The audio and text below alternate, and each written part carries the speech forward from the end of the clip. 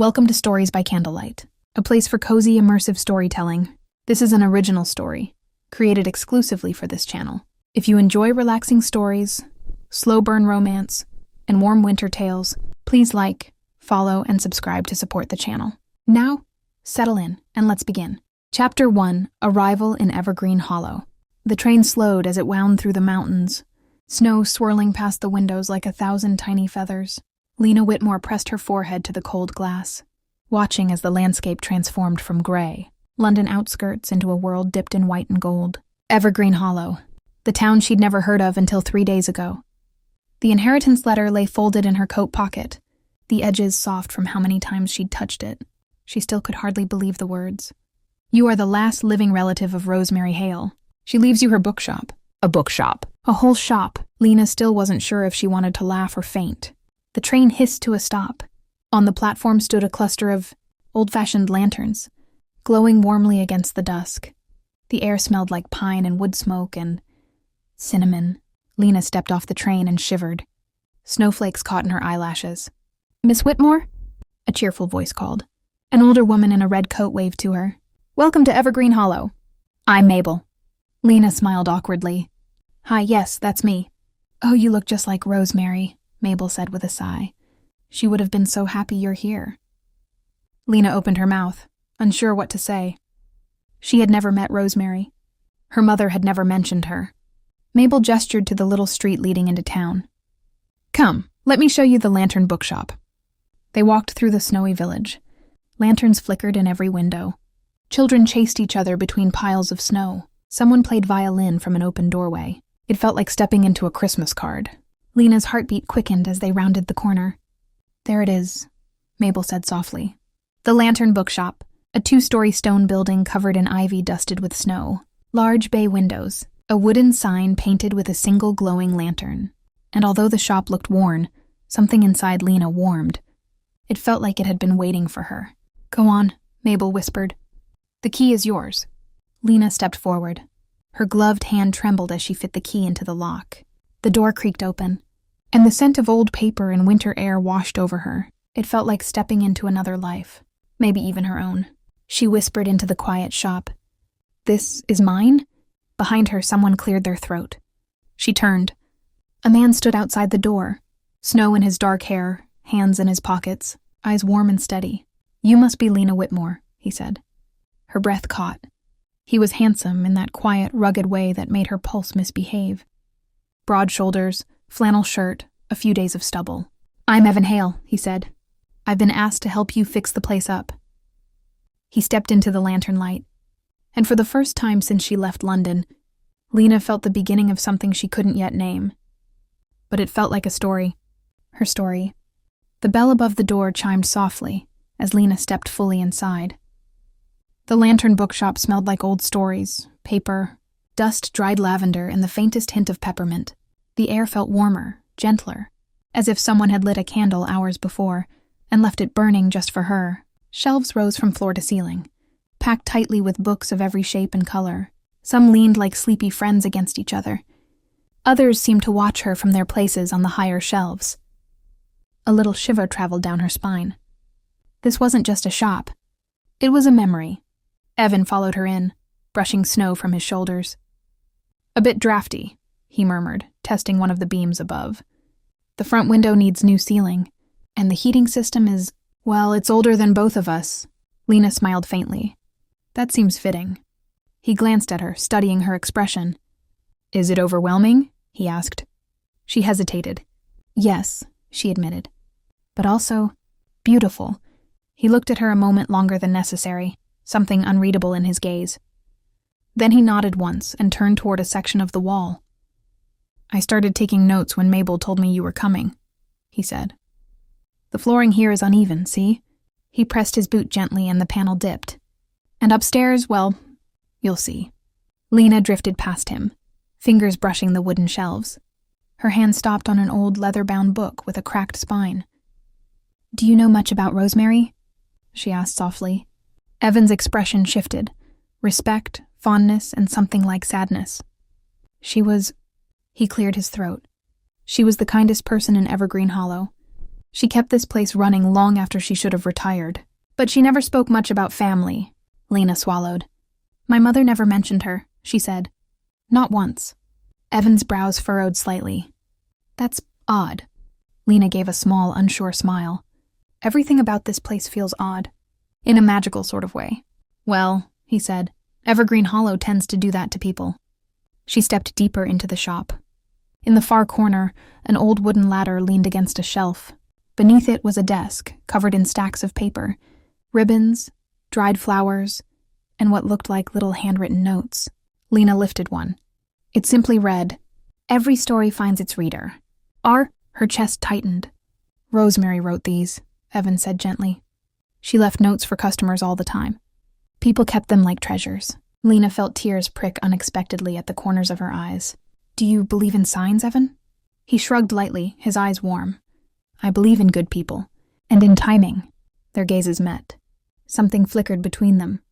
Something warm. Something new. The wind whistled softly through the loose window frame, sending a swirl of snowflakes drifting across the glass.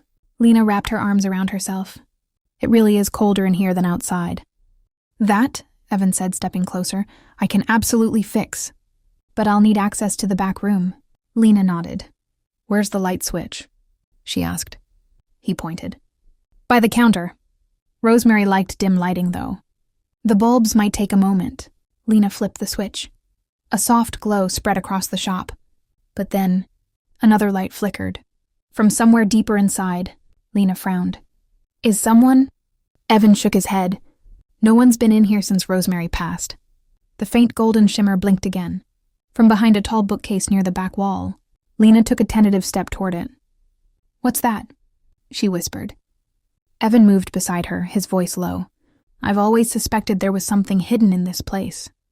Rosemary was private, clever. She knew these shelves better than anyone. The light flickered one last time, and Lena noticed it. A thin line along the edge of the bookshelf, a seam, a door. Her breath caught. Evan, this wall isn't solid. He looked at her, eyes widening. No, he said quietly. It's not. Lena pressed her hand against the seam. A soft click echoed in the stillness. The bookshelf shifted. Just slightly, as if inviting her in. She turned to Evan, her pulse racing. Should we open it? She whispered. He held her gaze, steady, grounding. Yes, he said. But only if you're ready. Lena reached out. Her fingers curled around the edge of the shelf. And she pulled. The hidden door creaked open. A cold breath of air swept out. And inside lay a dark, narrow room, and on the floor, a single object glimmered beneath dust and lantern light, a manuscript, tied with a red ribbon. Lena gasped softly. Evan stepped behind her, his presence a quiet shield. Lena, he whispered. This was meant for you. For a moment, neither of them moved. The air inside the hidden room felt colder than the rest of the shop. Older, somehow like it had been holding its breath for years. Lena stepped inside slowly, the wooden floor creaking under her boots. Evan stayed close behind her, his presence steady and protective. The manuscript lay centered on the floor, as if someone had placed it there intentionally and closed the door behind them. The red ribbon around it was dusty but intact. Lena's heart pounded as she knelt beside it. Her fingertips brushed lightly over the top page. The ink, faded but still legible, read, Letters to Winter, by Rosemary Hale. Her breath caught. She wrote this, Lena whispered. She wrote a book. Evan nodded slowly. I knew she'd been working on something, but she never shared it with anyone. Lena lifted the manuscript gently, and underneath it she noticed a small brass key, tiny, ornate, shaped like a snowflake. She held it up. What do you think this opens? Evan shook his head. Could be anything. Rosemary liked secrets. Lena smiled faintly. Apparently, she sat back on her heels, holding the manuscript to her chest. It felt like holding a heartbeat. Evan leaned against the wall, watching her with careful eyes. How are you doing? He asked softly. Lena exhaled. I don't know. Part of me wants to cry.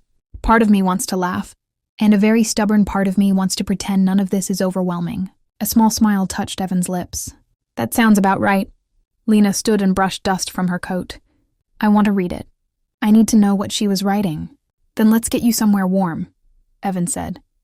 This room is like an ice cave. He tried to step forward, but the floorboard beneath him shifted sharply. Wait. Too late. The board snapped downward. Evan stumbled, catching himself on the wall with a grunt. Lena jumped toward him. Are you hurt? No, he muttered, straightening. Just offended. That floorboard assaulted me. She laughed, a soft surprise sound. That felt nice, Evan said quietly, hearing you laugh. Heat warmed Lena's cheeks. She turned away, stuffing the manuscript into her bag. I guess this room needs repairs too, she said lightly. It all does, Evan replied. But we'll fix it. One thing at a time. We? He met her eyes. The warmth there nearly unraveled her. If you'll let me help, he said. Silence stretched between them. Not awkward, not heavy, just full. Then Lena nodded. I'd like that. They stepped out of the hidden room together. Evan pressed the bookshelf gently, and it clicked back into place. The bookshop seemed to exhale. Lena stood in the center of the room, looking around slowly. The shelves, the dust, the lanterns, the faded rugs. This place is falling apart, she said. Yes, Evan agreed. But it's also... She swallowed. Beautiful. Evan studied her for a long moment. So are new beginnings, he said softly. The words settled over her like warm snow. Lena cleared her throat. Well, I should read Rosemary's manuscript tonight. Maybe it will explain why she left everything to me. Or who she really was, Evan added gently. Or who I really am, Lena whispered. Evan stepped back, giving her space. I'll walk you to the inn. Actually, she tightened her hold on her bag. I'd like to stay here a little longer. He nodded. I'll come by in the morning. Bring tools and coffee. You look like a woman who appreciates caffeine. Lena gave a soft smile. Very correct. Evan headed toward the door, paused, and glanced over his shoulder. Lena? Yes? I think Evergreen Hollow is lucky you came. Her breath caught. She couldn't answer, not properly. So he dipped his head, smiled once more, and stepped into the glowing, snow-dusted street. The bell chimed as the door closed. Lena was alone, in the bookshop she inherited, with a manuscript tied in red, and a key shaped like winter resting in her palm. She whispered into the quiet. Rosemary, what were you trying to tell me? And somewhere in the stillness of the lantern bookshop, a distant lantern flickered, as if answering.